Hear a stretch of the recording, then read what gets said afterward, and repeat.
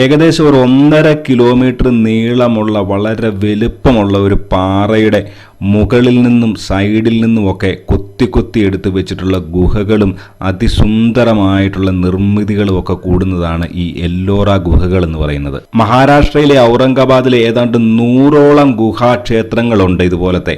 അതിൽ 34 എണ്ണം മാത്രമേ ഇപ്പം പൊതുജനത്തിനായിട്ട് തുറന്നു കൊടുത്തിട്ടുള്ളൂ.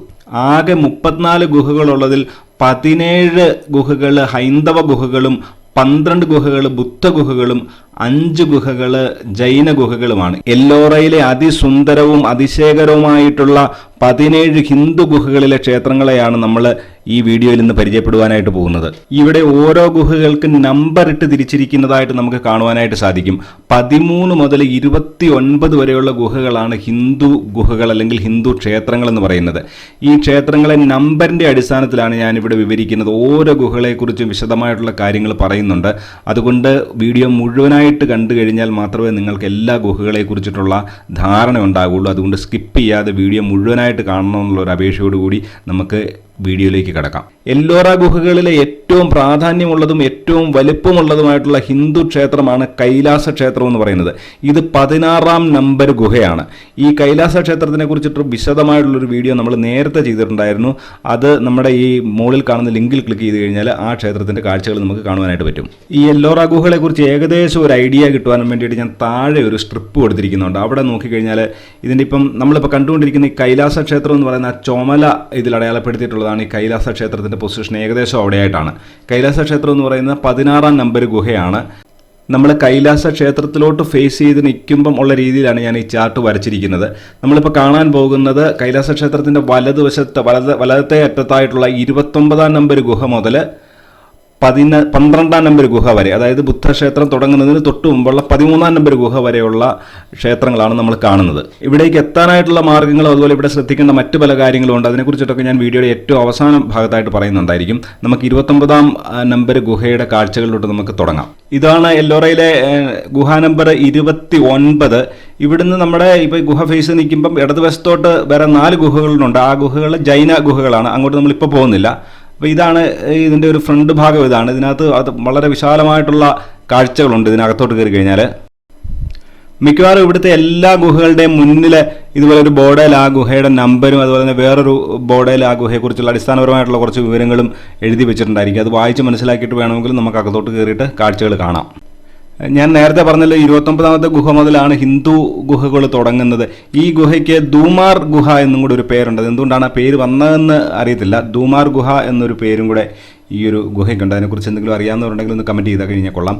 ഇവിടെ ഇങ്ങനെ ഓരോ പ്രതിമകളും നമുക്ക് കാണാനായിട്ട് സാധിക്കും. ഇത് അന്തകാസുരവധം എന്ന് പറഞ്ഞിട്ട് മഹാദേവൻ അന്തകാസുരൻ എന്ന് പറഞ്ഞ അസുരനെ വധിക്കുന്ന അതിൻ്റെ ഒരു പ്രതിമയാണ്. ഇതുപോലെ അകത്ത് മറ്റനവധി പ്രതിമകൾ നമുക്ക് കാണുവാനായിട്ട് സാധിക്കും.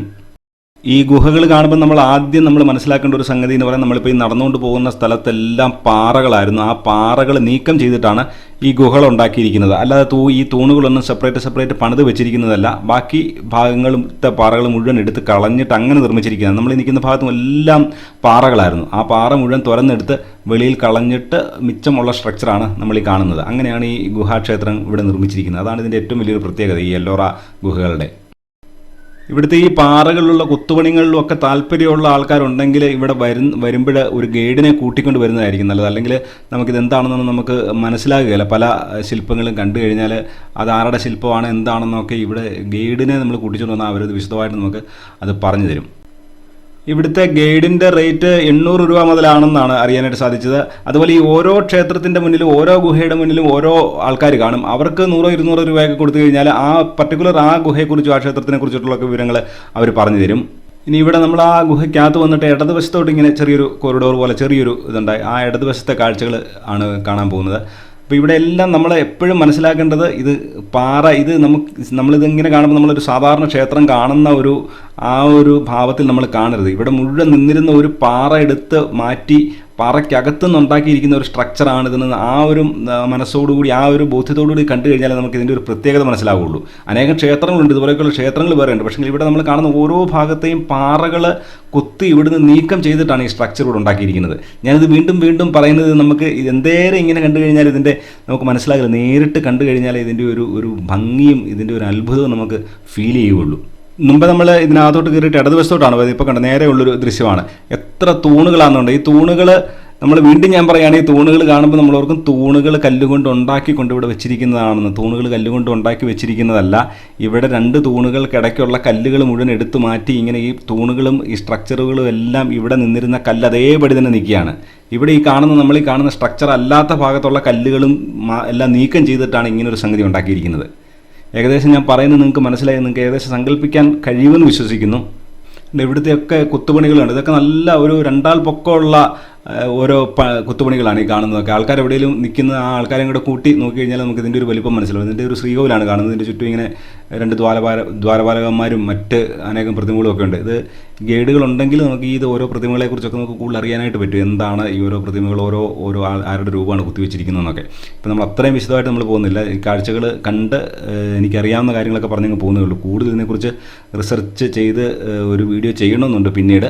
ഈ ക്ഷേത്രത്തിൻ്റെ ഈ ശ്രീകോവിലിന് ചുറ്റും നല്ല ഇതുപോലത്തെ നല്ല ഈ കുത്തുപണികൾ കാണാം. ഇത് ഈ കുത്തുപണികളെ കണ്ടിട്ട് നല്ലൊരു പെർഫെക്ഷനുള്ള ഒരു കുത്തുപണികളായിട്ടാണ് തോന്നുന്നത്. ഇതുകൊണ്ട് ഇവിടെ കാണുന്ന ഈ ശില്പം എന്ന് പറയുന്നത് ശിവൻ്റെയും പാർവതിയുടെയും വിവാഹമാണ്. ഇതുപോലെ മറ്റനേകം പുരാണ പ്രാധാന്യമുള്ള മറ്റനേകം ശില്പങ്ങൾ നമുക്കിവിടെ കാണുവാനായിട്ട് സാധിക്കും.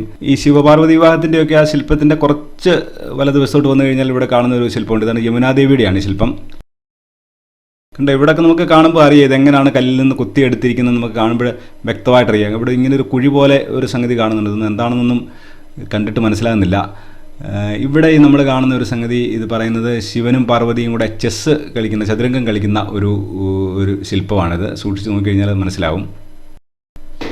നമ്മൾ 29ാമത്തെ ഗുഹയിൽ ഏകദേശം കാഴ്ചകളൊക്കെ കണ്ടു. നമ്മളിനി മുന്നോട്ട് നടക്കുകയാണ്. ഇവിടുന്ന് മുന്നോട്ട് 28, 27, 26 അങ്ങനെയാണ് നമ്മൾ മുന്നോട്ട് പോകുന്നത്. പുറകെ കാണുന്ന പാറകൾ ഇങ്ങനെ തുരന്നാണ് ഈ ഇതുണ്ടാക്കിയിരിക്കുന്നത്. നമ്മൾ അടുത്ത ഗുഹയുടെ അടുത്ത് വന്നിരിക്കുകയാണ്. ഇത് 28 നമ്പർ ഇവിടെ എഴുതി വെച്ചിട്ടുണ്ട്. ഇത് സപ്തകോട്ടേശ്വരം എന്നാണ് ഈ ഒരു ക്ഷേത്രത്തിൻ്റെ പേര്. വളരെ ചെറിയൊരു ക്ഷേത്രമാണ്. ഇവിടെ പ്രതിഷ്ഠയും കാര്യങ്ങളൊന്നും കാണാനില്ല. 2 ദ്വാരപാലകന്മാർ മാത്രമേ ഉള്ളൂ കാണാനായിട്ടുള്ളത്.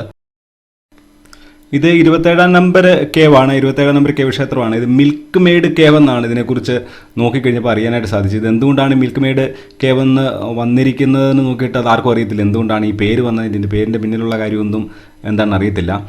അപ്പോൾ എന്തായാലും എനിക്ക് തോന്നുന്നു ഇതൊക്കെ റിസർച്ചുകളൊക്കെ കൂടുതൽ ചെയ്യുന്നത് വിദേശികളായിരിക്കും. ആദ്യകാലങ്ങളിലൊക്കെ വിദേശികളായിരിക്കും ചെയ്തത്. അപ്പോൾ അവരിട്ട പേരുകളായിരിക്കും ഇതൊക്കെ. ഈ വരാന്തലൊക്കെ നമുക്ക് പലതരത്തിലുള്ള കൊത്തുപണികൾ, ശില്പങ്ങൾ കാണാനായിട്ട് സാധിക്കും. ഈ മുന്നിൽ കാണുന്നത് കണ്ടിട്ട് വരാഹമൂർത്തിയുടെ ഒരു പ്രതിമ പോലെയാണ് തോന്നുന്നത്. ശരിക്കും പറഞ്ഞു കഴിഞ്ഞാൽ ഈ യെല്ലോറ കേവ്സ് മുഴുവൻ കാണണമെങ്കിൽ ഒരു 2 ദിവസത്തെ ഒരു പ്ലാനിങ്ങുമായിട്ട് വന്നു കഴിഞ്ഞാലേ പറ്റുള്ളൂ. ഞാൻ ശരിക്കും പറഞ്ഞാൽ യെല്ലോറ കേവ്സ് ഞാൻ ഈ യാത്രയിൽ ഉദ്ദേശിച്ചതേ അല്ല. നമ്മുടെ ജ്യോതിർലിംഗ ക്ഷേത്രം കാണാനായിട്ട് വന്നതാണ്. അന്നേരമാണ് ഇത്രയും അടുത്താണ് ഈ ക്ഷേത്രം എന്നൊക്കെ അറിയുന്നതും, ഇത്രയും യെല്ലോറ കേവ്സ് എന്ന് അറിയുന്നതും, ഇത്രയും വിശാലമായിട്ടുള്ള കാഴ്ചകൾ ഇവിടെ ഉണ്ടെന്നും അറിയുന്നത് പിന്നീടാണ്. അതുകൊണ്ട് ഞാനും ധൃതി വെച്ചിട്ടാണ് കാഴ്ചകളൊക്കെ കാണുന്നത്. അപ്പോൾ ഇത് കണ്ടോ, ഇതിനകത്ത് ആ ക്ഷേത്രത്തിന് അകഭാഗമാണ് ഈ കാണുന്നത്. കേവ് നമ്പർ 27ൻ്റെ അകഭാഗമാണ് നമ്മൾ ഈ കാണുന്നത്. ഇത്രയും വിശാലമായിട്ടുള്ളൊരു ഹാളാണ്. ഇങ്ങനെ കണ്ട് സെപ്പറേറ്റ് ചെയ്ത് മുറി പോലെയൊക്കെ വെച്ചിട്ടുണ്ട്. ഇവിടെ വേറെ പ്രതിഷ്ഠയൊന്നും ഇത് കാണാനായിട്ട് പറ്റിയില്ല. ഇവിടെ കേവ് നമ്പർ 27നോട് ചേർന്ന് തന്നെയാണ് ഈ 26 വരുന്നത്. ഈ ഒരു ഗുഹ കാണുമ്പോൾ നമുക്കറിയാം ഏകദേശം ഒരു ഐഡിയ കിട്ടും ഇതെങ്ങനെയാണ് പണിതിരിക്കുന്നതെന്ന്. കണ്ടോ, മുൻഭാഗത്ത് നിന്ന് ഇത് മുഴുവനായിട്ടുണ്ടായിരുന്നൊരു പാറ മുൻഭാഗത്ത് നിന്ന് അകത്തോട്ട് കൊത്തിയെടുത്തിട്ട് അകത്തെ സംഭവങ്ങളെല്ലാം ഉണ്ടാക്കിയിരിക്കുന്നത് അങ്ങനെയാണ്. അകത്തെ മുറികളും എല്ലാം അങ്ങനെയാണ് ഉണ്ടാക്കിയിരിക്കുന്നത്. ഇവിടെ നമുക്ക് ശ്രദ്ധിച്ച് നോക്കിക്കഴിഞ്ഞാൽ ഈ പാറയൊന്നും ഈ തൂണുകളൊന്നും പരസ്പരം ജോയിൻ്റ് ചെയ്തിരിക്കുന്നത് ഒന്നും നമുക്ക് കാണാനായിട്ട് പറ്റുകയില്ല. ഈ കേവിനെക്കുറിച്ച് കൂടുതൽ വിവരങ്ങളൊന്നും അറിയത്തില്ല. ഇതിൻ്റെ പേരോ കാര്യങ്ങളോ ഒന്നും എന്താണെന്ന് അറിയത്തില്ല. ഇതിൻ്റെ നമ്പർ മാത്രമേ അറിയത്തുള്ളൂ. 26 യെല്ലോറയിലെ 26 ഗുഹയാണ് കാണുന്നത്. ഇതിനകത്തൊരു ശിവലിംഗത്തിൻ്റെ ഒരു പ്രതിഷ്ഠ കാണുന്നുണ്ട്. വേറെ അറിയാവുന്ന മറ്റ് മൂർത്തികളോ കാര്യങ്ങളോ ഒന്നും ഇവിടെ കാണുന്നില്ല. എന്നാലും ഇവിടെ പൂജകളോ കാര്യങ്ങളോ ഒന്നും ഇല്ല. അതുകൊണ്ട് ഞാൻ മിക്കവാറും ഇങ്ങനെയുള്ള അകത്ത് വരെ കയറാറുണ്ട്. അടുത്തതായിട്ട് നമ്മൾ കാണുന്ന കേവ് നമ്പർ 25 ആണ്. ഇത് നമ്മൾ നേരത്തെ കണ്ട മറ്റ് 2 കേവ്സ് പോലെ തന്നെയാണ്. ഏകദേശം അതുപോലൊക്കെ തന്നെയാണ് ഇരിക്കുന്നത്. ഇത് ഈ കേവ് കാണുമ്പോഴും നമുക്ക് ഇത് എങ്ങനെയാണ് നിർമ്മിച്ചിരിക്കുന്നതിനെ കുറിച്ചുള്ള ഐഡിയ വളരെ വ്യക്തമായിട്ട് മനസ്സിലാകുന്നതാണ്. പാറ തുറന്നിട്ട് എങ്ങനെയാണിത് നിർമ്മിച്ചിരിക്കുന്നതെന്ന് കാണാൻ പറ്റും. ഇവിടെയൊക്കെ ഉള്ളൊരു പ്രശ്നം എന്ന് പറഞ്ഞു കഴിഞ്ഞാൽ ഒരാളും കൂടി ഇവിടെ നിൽപ്പുണ്ടെങ്കിൽ ഇതിൻ്റെ ഏകദേശം ഒരു വലിപ്പം മനസ്സിലാവും. ആരുമില്ലാത്തപ്പോൾ നമുക്ക് ഇതിൻ്റെ വലിപ്പം മനസ്സിലാക്കാനായിട്ട് പറ്റുകയില്ല. വീഡിയോയിൽ കാണുമ്പോഴത്തേനും മനസ്സിലാകാൻ അവിടെ ഒരാളിരിപ്പുണ്ട് കണ്ടോ. അവിടെ ആളിരിക്കുന്ന ആ ഒരു ഇതും കൂടെ താരതമ്യപ്പെടുത്തി നോക്കിക്കഴിഞ്ഞാൽ ഇതിൻ്റെ വലിപ്പം നമുക്ക് ഏകദേശം ഒന്ന് മനസ്സിലാക്കാൻ പറ്റുള്ളൂ.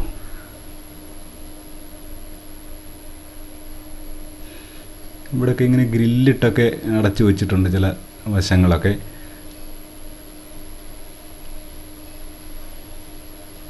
ഇതിനകത്തോട്ട് കയറി കഴിഞ്ഞാൽ വെളിയിൽ ഭയങ്കര ചൂടാണല്ലോ, അകത്തോട്ട് കയറി കഴിഞ്ഞാൽ നല്ല തണുപ്പാണ്. ഇവിടെയും എനിക്ക് തോന്നുന്നത് വേറെ വിഗ്രഹങ്ങളൊന്നും അകത്ത് കാണാനായിട്ടില്ല, വേറെ വിഗ്രഹങ്ങളോ പ്രതിഷ്ഠകളൊന്നും അകത്ത് കാണാനായിട്ടില്ല. അപ്പോൾ ഇതാണ് കേവ് നമ്പർ 25. ഇവിടെ വേറെ ഇങ്ങനെ ശില്പങ്ങളൊക്കെ കാണാം, ഇതൊന്നും എന്താണെന്നൊന്നും ഒരു പിടിയില്ല. അടുത്തായിട്ട് നമ്മൾ കേവ് നമ്പർ 23യുടെ അടുത്തോട്ടാണ് പോകുന്നത്. 23 നമ്മൾ സാധാരണ കണ്ടതിന് വ്യത്യസ്തമായിട്ട് നിരപ്പിൽ നിന്ന് ശക്കലം മുകളിലായിട്ട് കുറച്ച് 1-2 സ്റ്റെപ്പൊക്കെ കയറി മുകളിലോട്ട് വരണം. അവിടെയാണ് ഈ 23 കാണുന്നത്. 23 നമുക്ക് കണ്ടിട്ട് നേരത്തെ കണ്ടതുപോലെയൊക്കെയുള്ള ക്ഷേത്രങ്ങളായിട്ടാണ് തോന്നുന്നത്. അതുകൊണ്ട് അതിനകത്തോട്ട് കയറുന്നില്ല. അതുപോലെ ഇതിൻ്റെ സൈഡിൽ കൂടെ കിടക്കുന്ന ഒരു വഴിയാണ്, അതാണ് 24ലോട്ട് പോകുന്നത്. ഈ 24ൻ്റെ പേരെന്ന് പറഞ്ഞാൽ തേലിക്കി ഗന എന്നാണ് പേര്. തേലിക്കി ഗന എന്നാണ് ഒന്ന് വായിക്കുന്നത്. ഇംഗ്ലീഷ് നോക്കി വായിച്ചിട്ട് എനിക്ക് അങ്ങനെ തോന്നി. തേലിക്കി ഗന അതിൻ്റെ അർത്ഥം എന്ന് പറഞ്ഞാൽ ഈ എണ്ണക്കച്ചവടക്കാരൻ്റെ മില്ല്, എണ്ണക്കാരൻ്റെ മില്ലെന്നാണ് ഇതിൻ്റെ വാക്കിൻ്റെ അർത്ഥം. എനിക്ക് തോന്നുന്നു ഇവിടുത്തെ ഈ പല പേരുകളും വന്നിട്ടുള്ളത് നമ്മൾ നേരത്തെ കഴിഞ്ഞ ഒരു കുറച്ചും 2-3 കേവ് മുന്നേ നമ്മൾ കണ്ടായിരുന്നു, മിൽക്ക് മെയ്ഡ് കേവ് എന്ന് പറഞ്ഞുകൊണ്ട്. എനിക്ക് തോന്നുന്നു ഇത് ചില കാലങ്ങളിൽ ഇത് ഉപയോഗിച്ച ആളുടെയൊക്കെ അടിസ്ഥാനത്തിൽ, മിൽക്ക് മെയ്ഡ് എന്ന് പറഞ്ഞാൽ പാൽക്കാരി എന്നാണല്ലോ, അങ്ങനെ ആരാണോ ഇത് ഉപയോഗിച്ചത് ആ പേരിൽ പിന്നെ അറിയപ്പെടുന്നതാണ്. അങ്ങനെ ഈ തേലിക്കി ഗന എന്ന് പറഞ്ഞാൽ ഇവിടെ എന്തെങ്കിലും എണ്ണയുടെ മില്ലോ കാര്യങ്ങളോ ഒക്കെ ചിലപ്പം നടത്തിയിട്ടുണ്ടായിരിക്കും. അതുകൊണ്ടായിരിക്കും ഇതിനെ പേര് വന്നിരിക്കുന്നത്, വ്യക്തമായിട്ട് അറിയത്തില്ല. ഇത് കണ്ടിട്ട് ഇത് പൂർത്തീകരിക്കാൻ പറ്റാത്ത ഒരു കേവായിട്ടാണ് നമുക്ക് കാണാനായിട്ട് സാധിക്കുന്നത്. ഇവിടുത്തെ സ്ട്രക്ചറുകളൊന്നും പല സ്ട്രക്ചറുകളും പൂർത്തീകരിച്ചിട്ടില്ല. ചിലപ്പോൾ എനിക്ക് തോന്നുന്നു നമ്മൾ നേരത്തെ പറഞ്ഞ പോലെ ഈ കൊത്തി വരുമ്പോഴത്തേനും ചില കല്ലിനൊക്കെ എന്തെങ്കിലും പ്രശ്നം ഉണ്ടെങ്കിൽ അത് ചിലപ്പോൾ ഉപേക്ഷിച്ച് പോകുന്നതായിരിക്കും. അടുത്തായിട്ട് നമ്മൾ കാണുന്നത് കേവ് നമ്പർ 22 ആണ്. ഇതും ഏകദേശം അതേ സെയിം നിരപ്പ് തന്നെ ഉള്ളൊരു ക്ഷേത്രമാണ്. ഇത് കണ്ടിട്ട് സാമാന്യം കുറച്ച് മുമ്പ് കണ്ടതിനെ കഴിഞ്ഞ് കുറച്ചും കൂടെ വലിപ്പമുള്ളതായിട്ടാണ് തോന്നുന്നത്. കണ്ട് ഇവിടെയൊക്കെ ഈ പാറകൾ തുറന്ന് സൈഡിലൊക്കെ പാറകൾ തുറന്ന് ചെറിയ മുറി പോലെയൊക്കെ ഉണ്ടാക്കി വെച്ചിരിക്കുന്നത് കാണാം. നമ്മൾ ഈ കണ്ടുകൊണ്ടിരിക്കുന്നത് നീലകണ്ഠ കേവാണ്. Cave number 22. കേവ് നമ്പർ 22 എന്ന് പറയുന്നത് നീലകണ്ഠ കേവാണ്. ഇവിടെ നമുക്കൊരു നന്ദിയുടെ ഒരു പ്രതിമ കാണാം. ഇത് കേട് പറ്റിയതാണോ എന്നാണെന്നറിയത്തില്ല, പൂർണ്ണമായിട്ട് തോന്നുന്നില്ല കണ്ടിട്ട്. പിന്നെ ഇവിടെ കാണാൻ വരുന്ന ആൾക്കാരും ശരിക്കും അവിടെ ഇവിടെയൊക്കെ കല്ലുകൊണ്ടും ഒക്കെ കോറിയത് ഇതൊക്കെ വെച്ചിട്ട് ഇതിനൊക്കെ നല്ലപോലെ കേട് വരുത്തുന്നുണ്ട്. അത് കാണുമ്പോൾ തന്നെ നമുക്ക് മനസ്സിലാകും. ഇവിടെ മുന്നോട്ട് വരുമ്പോഴത്തേക്ക് ഇങ്ങനെ പല തട്ടുകളായിട്ടകത്ത് നമ്മൾ കണ്ടു. അമ്പലത്തിൻ്റെയൊക്കെ ചുറ്റമ്പലം പോലെയൊക്കെയുള്ള സ്ട്രക്ചറുകൾ അവിടെ കാണും. ഇവിടെ ഗണേശ ഭഗവാന്റെ ഒരു വിഗ്രഹമാണ്. അതും പൂർണ്ണമായിട്ട് പൂർണ്ണത ഇല്ല ആ വിഗ്രഹത്തിന് കണ്ടു കഴിഞ്ഞാൽ. ഇതിനകത്ത് ഒരു ശിവലിംഗമുണ്ട്. ശിവലിംഗവും ഇവിടെ കണ്ടിട്ടുണ്ട്. പൂജകളോ അങ്ങനെയുള്ള കാര്യങ്ങളോ ഒന്നുമില്ല. അതുകൊണ്ട് അകത്ത് കയറി ശിവലിംഗത്തിൻ്റെയൊക്കെ നല്ല സാമാന്യ വലുപ്പമുള്ള ഒരു ശിവലിംഗമാണ്. ഇത് കേവ് നമ്പർ 21 ആണ്. ഇത് രാമേശ്വരം ടെമ്പിൾ എന്നാണ് അറിയപ്പെടുന്നത്. ഇവിടെ നമുക്ക് ദൂരെ നിന്ന് ഒരു നന്ദിയുടെ ഒരു പ്രതിമ നമുക്ക് ഇവിടുന്ന് തന്നെ നമുക്ക് കാണാനായിട്ട് പറ്റും. ഒരു ശിവക്ഷേത്രമായിരിക്കും, ശിവക്ഷേത്ര സങ്കല്പത്തിലുള്ളതാണ് രാമേശ്വരം ടെമ്പിൾ എന്ന് പറയുന്നത്. നമ്മൾ കയറി ഇങ്ങോട്ട് വരുമ്പോൾ തന്നെ മുന്നിൽ നല്ല വ്യക്തമായിട്ട് തന്നെ നന്ദിയുടെ ഒരു പ്രതിമയുണ്ട്. അതിനും കണ്ടിട്ട് കേടുപാടുകളൊക്കെ സംഭവിച്ചായിട്ടാണ് തോന്നുന്നത്. സാമാന്യം വലിപ്പമുള്ളൊരു ക്ഷേത്രമാണ്. ഇവിടത്തേക്ക് ഒരു പ്രത്യേകത എന്ന് പറഞ്ഞാൽ ഇവിടെ ഓരോ ശില്പങ്ങളും ഒരു പ്രത്യേക രീതിയിൽ നിർമ്മിച്ചതും അതിനെന്തെങ്കിലും കഥകളോ കാര്യങ്ങളോ ഒക്കെ കാണുമായിരിക്കും. ഇതിനെക്കുറിച്ചൊക്കെ വിശദമായിട്ട് നമുക്ക് മനസ്സിലാക്കാനായിട്ട് വളരെ ബുദ്ധിമുട്ടാണ്. ഓരോ കേവിനെക്കുറിച്ചും അതുപോലെ നമ്മൾ റിസർച്ച് ചെയ്ത് കണ്ടു കഴിഞ്ഞാൽ അതിൻ്റെ മുഴുവനായിട്ടുള്ള കാര്യങ്ങൾ നമുക്ക് മനസ്സിലാക്കുവാനായിട്ട് പറ്റുള്ളൂ. ഇപ്പം നമ്മൾ കണ്ടുകൊണ്ടിരിക്കുന്നത് കേവ് നമ്പർ 21 ആണ്. രാമേശ്വര ക്ഷേത്രം എന്ന് പറയുന്ന കേവാണ് നമ്മൾ കണ്ടുകൊണ്ടിരിക്കുന്നത്. ഇപ്പം ഞാൻ ആദ്യം വീഡിയോയിൽ പറഞ്ഞിരുന്ന ഈ മുഴുവൻ ഹിന്ദു ടെമ്പിളിനെ കുറിച്ച് ഈ വീഡിയോയിൽ തന്നെ പറയാമെന്നായിരുന്നു പറഞ്ഞത്. പക്ഷേ എനിക്ക് വീഡിയോ ഒത്തിരി മുന്നോട്ട് നീണ്ടു പോകുന്നതുകൊണ്ട് ഹിന്ദു കേവ്സ് തന്നെ ഒരു 2 സെക്ഷനായിട്ട് ചെയ്യാമെന്നാണ് ഉദ്ദേശിക്കുന്നത്. ഇപ്പം നമ്മൾ 29 മുതൽ 21 വരെയുള്ള സാധനങ്ങളാണ് ചെയ്തിരിക്കുന്നത്. ഇനി മുന്നോട്ട് നമ്മൾ 20 മുതൽ ബാക്കിയുള്ള 13 വരെയുള്ള ഹിന്ദു ക്ഷേത്രങ്ങളെല്ലാം കൂടെ അടുത്തൊരു വീഡിയോ ആയിട്ട് ചെയ്യാൻ ഓർക്കുന്നു. അതുപോലെ തന്നെ എല്ലോറ കേവ്സിൽ ഏറ്റവും പ്രധാനപ്പെട്ടതും ഏറ്റവും വലുപ്പമുള്ള ക്ഷേത്രം കേവ് നമ്പർ 16 ആണ്, കൈലാസ ക്ഷേത്രം. അതിനെക്കുറിച്ച് വളരെ വിശദമായിട്ടൊരു വീഡിയോ നമ്മൾ കണ്ടിട്ടുണ്ട്. അത് കാണാത്തൊരു ഡിസ്ക്രിപ്ഷനിൽ നിന്ന് അതിൻ്റെ ലിങ്ക് ക്ലിക്ക് ചെയ്തിട്ട് ആ കേവ് നമ്പർ 16 കൈലാസ ക്ഷേത്രത്തിൻ്റെ വീഡിയോയും കൂടെ കാണുക. അപ്പോൾ നമുക്ക് തൽക്കാലത്തിന് ഇന്നത്തെ ഈ വീഡിയോ ഇവിടെ അവസാനിപ്പിക്കാം. അടുത്തായിട്ട് നമുക്ക് ഹിന്ദു കേവ്സിൻ്റെ തന്നെ ഇതുവരെ നമ്മൾ കാണാത്ത ബാക്കി ഈ 13 വരെയുള്ള ബാക്കി വീഡിയോകൾ നമുക്ക് അടുത്ത സെക്ഷനായിട്ട് നമുക്ക് ചെയ്യാം. അപ്പം വീഡിയോ ഒക്കെ ഇഷ്ടപ്പെടുന്നുണ്ടെങ്കിൽ എല്ലാവരും ലൈക്ക് ചെയ്യുക. ഇതുപോലത്തെ വീഡിയോ ഇഷ്ടമുള്ളവർക്ക് ഷെയർ ചെയ്ത് കൊടുക്കുക. സബ്സ്ക്രൈബ് ചെയ്യാതെയാണ് കാണുന്നതെങ്കിൽ സബ്സ്ക്രൈബ് ചെയ്യുക. നിങ്ങളുടെ അഭിപ്രായങ്ങളും നിർദ്ദേശങ്ങളും ഒക്കെ കമൻറ്റായിട്ട് രേഖപ്പെടുത്തുക. എല്ലാവർക്കും നമസ്കാരം. അടുത്ത വീഡിയോയിൽ കാണാം.